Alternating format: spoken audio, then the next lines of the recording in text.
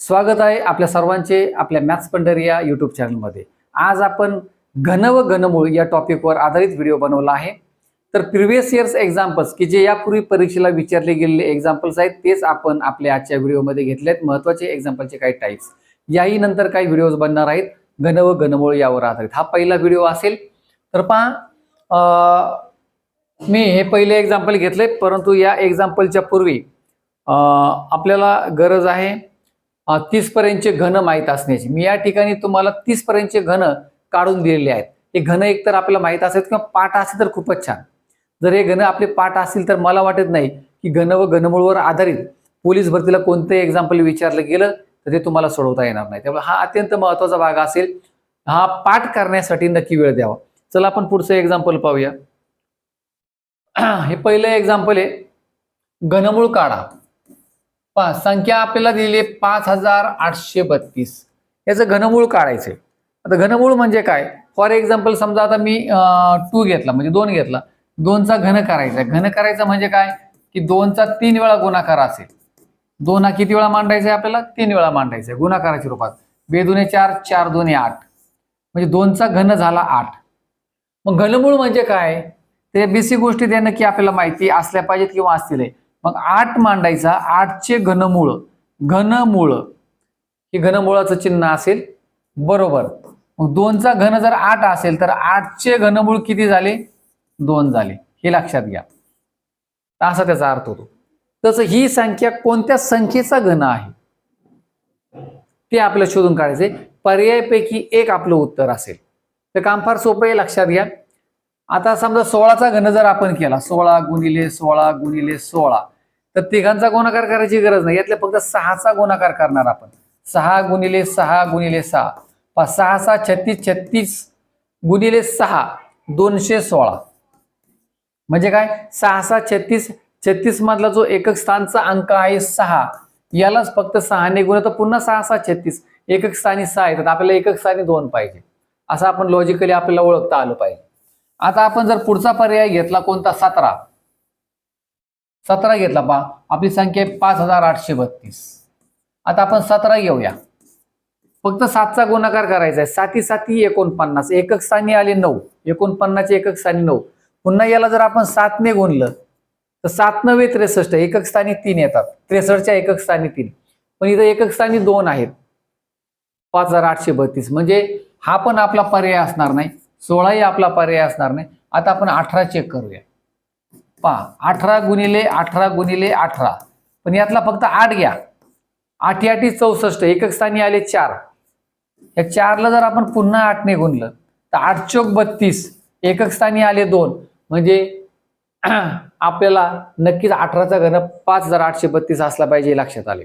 पण अजून एक पर्याय आपण चेक करूया, 19। पहा आता 19 चेक करताना आपण काय करणार? 19 गुणिले 19 करणार, 9 9 81, 81 एकक स्थानी आला 1, याला पुन्हा आपण 9 ने गुणणार, कारण हा तिसऱ्यांदा 19 ने गुणताना पहा 9 9 81, 81 एकक स्थानी आला 1, त्याला पुन्हा खालच्या 9 ने गुणलं, 9 1 9, पण आपल्याला एकक स्थानी पाहिजे 2, म्हणजे आपला 18 पर्याय बरोबर असणार आहे, हे लक्षात घ्या। तर असं आपल्याला लॉजिकली लक्षात घ्यायचे। किंवा मी तुम्हाला सांगितलं जर आपले 30 पर्यंतचे घन पाठ असतील तर लगेच लक्षात येते। पहा 18चा घन, पहा इथं दिलेला आहे मी, 18चा घन 5832, हे एका सेकंदामध्ये विदिन सेकंद आपण आन्सर लिहू शकतो। तर चला पुढे जाऊया। एक्झाम्पल नंबर 2, 11चा वर्ग व 4चा घन यांची बेरीज किती? 11चा वर्ग माहिती आहे आपल्याला 121, 4चा घन 4 चौक 16, 16 चौक 64, यांची आपल्याला बेरीज करायची। 1 आणि 4 5, 6 आणि 2 8, 81 1, उत्तर आलं 185। पर्याय क्रमांक 3 एक्झाम्पल सोपं होतं। चला पुढचं एक्झाम्पल घेऊ आपण।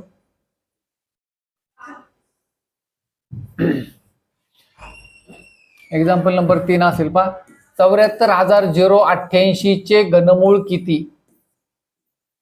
मागच्या सारखं शोधायचं। मी तुम्हाला सांगितलं की एकक स्थानच्या अंकाचा विचार करायचा आपल्याला 8चा। खाली 4 पर्याय दिलेत, कोणत्या संख्येचा घन केल्यानंतर आपल्याला एकक स्थानी 8 मिळतोय तो आपण विचारात घेतला पाहिजे।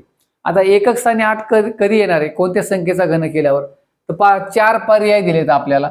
कोणता आहे पहिला? 42, 52, 62 आणि 72. सगळ्यांच्या एकक स्थानी 2 आहे. 2चा जर घन केला तर आपण तो येतो 8. 2 दुने 4, 4 दुने 8. म्हणजे याचा अर्थ असा होतो 42चा घन केला तरी त्या उत्तराच्या एकक स्थानी 8 येणार आहे. इथे पण 8 आहे, त्यामुळे हाही पर्याय वाढतो. इथे 52 असल्यामुळे पुन्हा 3 वेळा गुणाकार घेतला आपण, 52 गुणिले 52 गुणिले 52, तर एकक स्थानी 8च येणार आहे. म्हणजे चारही पर्यायांच्या मध्ये एकक स्थानी आपल्याला 8च येणार आहे. इथे हे लॉजिक लावून उपयोग नाही, कारण सगळ्यांच्या एकक स्थानी 2 दिलाय. पण लक्षात ठेवा, समजा एकाच संख्येच्या एकक स्थानी 2 असता आणि इतर संख्यांच्या एकक स्थानी वेगळा अंक असता तर मग मात्र आपण 42 फायनल केला असता, हे लक्षात घ्या. परंतु आता सगळ्यांच्याच एकक स्थानी 2 असल्यामुळे आपल्याला आन्सर फायनल करता येणार नाही. तर त्यासाठी आता आपण काय करणार आहोत पहा. यातला पहिला पर्याय जर आपण विचारात घेतला 42, 42चे आपण दशक स्थानचा अंक विचारात घेऊया 40. 40चा घन करूया पहा. फक्त 4चा घन करूया.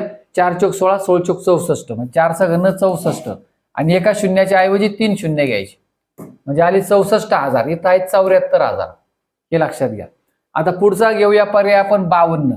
52चे फक्त 50 घेऊया. 50चा घन, 5चा घन 125 आणि एका शून्याचे 3 शून्य लिहायचे घन करताना 1,25,000, म्हणजे 74,000पेक्षा मोठी संख्या आली, हे लक्षात घ्या. म्हणजे याचा अर्थ असा झाला की 52 पेक्षा 62 मोठे, 62 पेक्षा 72 मोठे, सगळ्यांचे घन 1 लाखाच्या पुढे आहेत. म्हणजे आपलं उत्तर नक्कीच फायनल कोणतं असलं पाहिजे? 42चा घन, हे लक्षात घ्या. पर्याय क्रमांक 1. तर अशाही पद्धतीने आपण लॉजिक लावून आन्सर काढू शकतो, पूर्ण घन करत बसण्याची गरज नाही. चला नेक्स्ट एक्झाम्पल.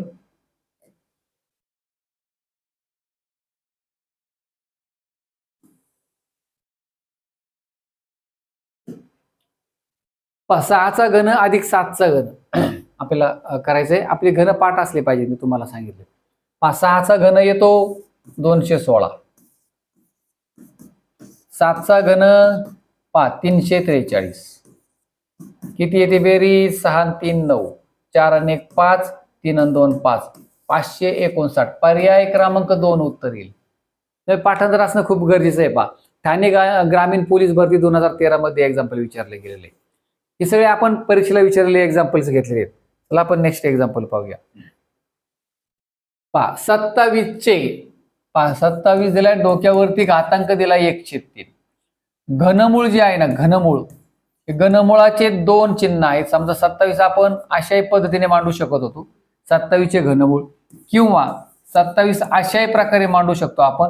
दोघांचा अर्थ घनमूळ असाच होतो दोन्ही ठिकाणी. 27चे घनमूळ किती? मग 27चे घनमूळ काढायचे म्हणजेच काय की 27 कोणाचा घन आहे? 3चा आहे. आणि मग 27चं घनमूळ किती? 3. 3चा घन करा, 27 मिळतील. या ठिकाणी उत्तर असेल पर्याय क्रमांक 3. Next example. 22चा चौथा घात अधिक 19चा घन, अशा प्रकारचं एक्झाम्पल आहे. 22चा चौथा घात काढण्यापूर्वी आपल्याकडे 22चं घन आहे. 22चं घन 10,648, 10,648. याला 22 ने गुणा, 22चा चौथा घात मिळून जाईल. 22चा चौथा घात, आपण हा घन घेतला 22चं घन, त्याला 22 ने गुणलं 22चा चौथा घात मिळून जाईल. आता पहा, 2 8 16, हातचा आला 1, 2 चौक 8 आणि 1 9, 2 सक 12, हातचा आला 1, 2 0 0 आणि 1 1, 2 1 2, पुन्हा ठराविक 0. आता या 2 ने गुणताना पुन्हा वरचेच अंक रिपीट होणार आहे. 6 9 2 1 2, बेरीज करा 6 15, 10 आणि 2 12, हातचा आला 1 4 3 2, 23 42 56, 23 42 56. त्यामध्ये 19चा घन मिळवा. 19चा घन आहे 68 59, 68 59, 9 6 15, हातचा आला 1 6 आणि 5 11, हातचा आला 1 9 आणि 2 11, हातचा आला 1 7 आणि 4 11, हातचा आला 1 24, 24 11 15, 24 11 15. पर्याय क्रमांक 1 उत्तर येईल. म्हणजे या ठिकाणी आपल्याला जर 22चा घनपाठ असेल तर आपण चौथा घात काढू शकतो, त्याला फक्त 22 ने गुणायचे आणि त्यानंतर त्यामध्ये 19चा घन मिळवलं का आपलं उत्तर मिळून जाणार आहे. चला नेक्स्ट एक्झाम्पल.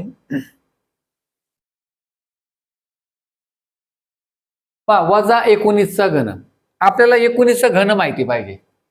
पहा आता इथे 19चा घनपाठ असेल तर खूपच छान, पण 19चा घनपाठ नसेल तर पहा 19चा घन म्हणजे काय, 9चा 3 वेळा गुणाकार. या एकक स्थानच्या 9चा फक्त विचार करायचा आहे. 9 9 81, 81चा जो एकक स्थानचा 1 आहे त्याला आपण या 9 ने गुणलं तर उत्तर 9 येणार आहे. म्हणजे लक्षात घ्या 19चा घन आपण जेव्हा करणार आहोत तेव्हा एकक स्थानी आपल्याला 9 मिळणार आहे. एकक स्थानी 9 कुठं आहे, या 2 पर्यायांच्या मध्ये आहे. पर्याय क्रमांक 2 आणि 3 च्या मध्ये आहे, हे लक्षात घ्या. म्हणजे पहिला पर्याय आणि शेवटचा पर्याय आपलं उत्तर असणार नाही, दुसरा आणि तिसऱ्या पर्यायापैकी एक उत्तर असणार आहे. आता याच्यामध्ये अंक पुन्हा सारखेच दिलेत, संख्या सारखी दिली 68 59 68 59, फक्त चिन्ह मध्ये बदलले प्लस मायनस. म्हणजे याचा अर्थ पहा वजा 19चा घन करायचा आहे आपल्याला, ऋण 19 गुणिले ऋण 19 गुणिले ऋण 19. नेहमी लक्षात घ्या ऋण संख्येचा घन नेहमी ऋण संख्या असते. पाय ऋण ऋण धन आणि धन गुणिले ऋण ऋण येणार, आणि म्हणून आपलं उत्तर जे आहे ना ते तिसरं असणार आहे फायनल. पर्याय क्रमांक 3 वजा 68 59. या उदाहरणामध्ये तुम्हाला एक महत्वाची बाब लक्षात ठेवायची, ऋण संख्येचा घन नेहमी ऋण संख्या असते. चला नेक्स्ट एक्झाम्पल. सोपे रूप द्या म्हटले. पहा काय, 9चे घनमूळ अधिक 7चे घनमूळ. आता दोघांनाही दोन्ही संख्यांना चिन्ह सारखंच आहे घनमुळाचं, त्यामुळे या दोन्ही संख्या आपण एकाच घनमुळाच्या चिन्हामध्ये लिहू शकतो. चिन्ह वेगळे असेल तर मग लिहिता येत नाही. 9 सॉरी इथं गुणाकारा चिन्ह आहे, गुणाकारा चिन्ह घ्या आणि मध्ये गुणाकार पाहिजे हे लक्षात घ्या. मग आता पहा 9 गुणिले 7 लिहू शकतो आपण आतमध्ये आणि बाहेर गुणाकारा चिन्ह. 9 7 63 येईल. पाय 63चे घनमूळ. पर्याय क्रमांक 4 उत्तर असेल आपलं. 9 7 63. नेक्स्ट एक्झाम्पल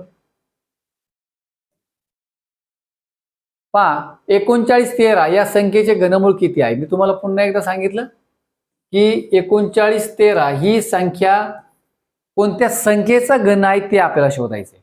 हिचं घनमूळ काढायचं म्हणजे काय करायचं, या संख्येचं घनमूळ काढायचं. मग आपल्याला 16 17 18 19 23 या सगळ्या संख्यांचे घन करावे लागतील. मग ही संख्या कोणाचा घन आहे ते आपल्या लक्षात येईल. मग सगळ्या संख्येचे घन म्हणजे सगळ्यांचे गुणाकार करत बसण्याची गरज आहे. मी तुम्हाला सांगितलं पाठ असेल तर खूपच छान, पाठ नसेल तर काय करायचं पहा 16तला फक्त 6 विचारात घेऊया. 6चा घन होतो आपला 216. 216च्या एकक स्थानी 6 आहे, परंतु इथं एकक स्थानी 3 आहे, म्हणजे हे उत्तर असणार नाही 16 आपलं. आता आपण 17चा विचार करूया. 17च्या एकक स्थानी 7 आहे. 7चा घन 343. 343च्या एकक स्थानी 3 आहे, इथे पण एकक स्थानी 3 आहे, म्हणजे 17 उत्तर आपलं असणार आहे, हे लक्षात घ्यायचं. आपण पुढचे पर्याय पण चेक करूया, हे फक्त लॉजिकली चालले. फक्त एवढं लक्षात ठेवायचं की 17चा ऑप्शन आपण ग्राह्य धरलेला आहे. पुढे 19. 19च्या एकक स्थानचा 9 विचारात घ्या. 9चा घन करायचा आहे. पहा 9 9 81 एकक स्थानी 1 आला, याला परत 9 ने गुणलं तर पुन्हा 9 1 9, एकक स्थानी 9 मिळतोय, आपल्या एकक स्थानी 3 पाहिजे, म्हणजे हाही आपला पर्याय नाहीये. आता पुढे आले 23. 23चे एकक स्थानी 3 आहे, 3चा घन 27. एकक स्थानी 7 मिळाला, एकक स्थानी 3 पाहिजे, नाहीये, म्हणजे आपल्याला एकच ऑप्शन मिळालाय तो म्हणजे 17. पर्याय क्रमांक 2 हे आपलं उत्तर असेल. तरी असं आपण हे करू शकतो. फक्त एकक स्थानच्या संख्येचा जर घन केला अंकाचा तर आपल्याला उत्तराचा अंदाज नक्की येतो. पुढचं एक्झाम्पल मला असं वाटतं आपण 9 एक्झाम्पल घेतलेत. तर चला पुन्हा एकदा भेटूया अशाच एका व्हिडिओ सोबत. चॅनलवरती नवीन असेल तर नक्की चॅनलला सबस्क्राईब करा, कारण जेव्हा आपण पुढचा व्हिडिओ बनवणार ते अपडेट्स नक्की तुम्हाला सर्वात अगोदर पोहोचवतील. या घटकावर अजूनही काही आपण भाग बनवणार आहोत. संपूर्ण सिलेबस कव्हर करण्याचा आपण प्रयत्न करणार आहोत. जसा वेळ मिळेल तसा हे नक्की होणार आहे. चला थांबूया, पुन्हा भेटूया पुढच्या व्हिडिओ सोबत. तोपर्यंत नमस्कार. Thanks for watching.